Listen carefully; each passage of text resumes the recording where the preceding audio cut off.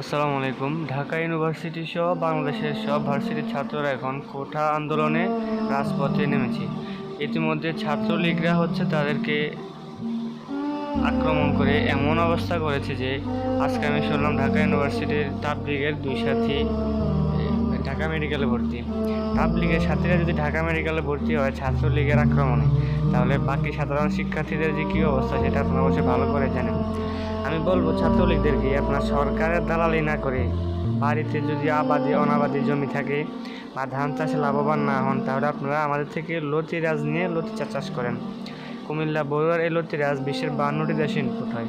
এই সরকারের দালালি বাদ দিয়ে ভণ্ডামি বন্ধ করে জনসাধারণের উপর হামলা না করে লতি চাষ করে সাফল্য অর্জন করেন, ইনশাআল্লাহ হালাল পথ ইনকাম করেন। ছাত্রলীগরা এমন অবস্থা শুরু করেছে, মনে হয় যে ছাত্রলীগরা এই বাংলাদেশ কিনে নিয়েছে। মুক্তিযোদ্ধাদের থেকেও মুক্তিযোদ্ধারা তো চাকরি পায় কোঠার কারণে, দেশের আইনের কারণে, আর ছাত্রলীগরা চাকরি পায় তাদের মামু আর খালুদের কারণে। সাধারণ শিক্ষার্থীদের উপর ছাত্রলীগদের আক্রমণ করা তাদের অধিকার কে দিয়েছে? পুলিশ এসে দেখে থাকে, কোনো কিছু বলে না। পুলিশ বলে যে ছাত্রলীগ আক্রমণ করে, আমরা কী করবো? আরে ভাই, তোমাদেরকে দেশে নিয়োগ দেওয়া হয়েছে কী জন্য? এইসব তামাশা দেখার জন্য? পুলিশের মতো থাকবা, অন্যায় দেখলে তাদেরকে ধরবা। পুলিশ দেখি আসে দাঁড়ায় আছে, কোনো কাজই করে না। পুলিশের কি এটাই কর্তব্য ছিল? জনগণের কাছে আমাদের এটাই অভিযোগ। ছাত্রলীগের কাছে আমার একটি আবেদন, ভাই তোরা লতি চাষ কর, আমাদের থেকে চারা নিয়ে আলহামদুলিল্লাহ ভালো ফলাফল পাবি।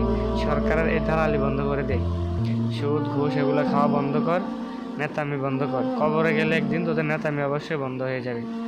তো কোঠা আন্দোলনে জনসাধারণ যারা আছেন, সাধারণ শিক্ষার্থী শহরের বাইরে, অবশ্যই সকলের প্রতি অনুরোধ থাকবে, সকলে আমরা এক হব এবং আমরা এই কোঠাকে আমরা বাতিল করবো ইনশাআল্লাহ।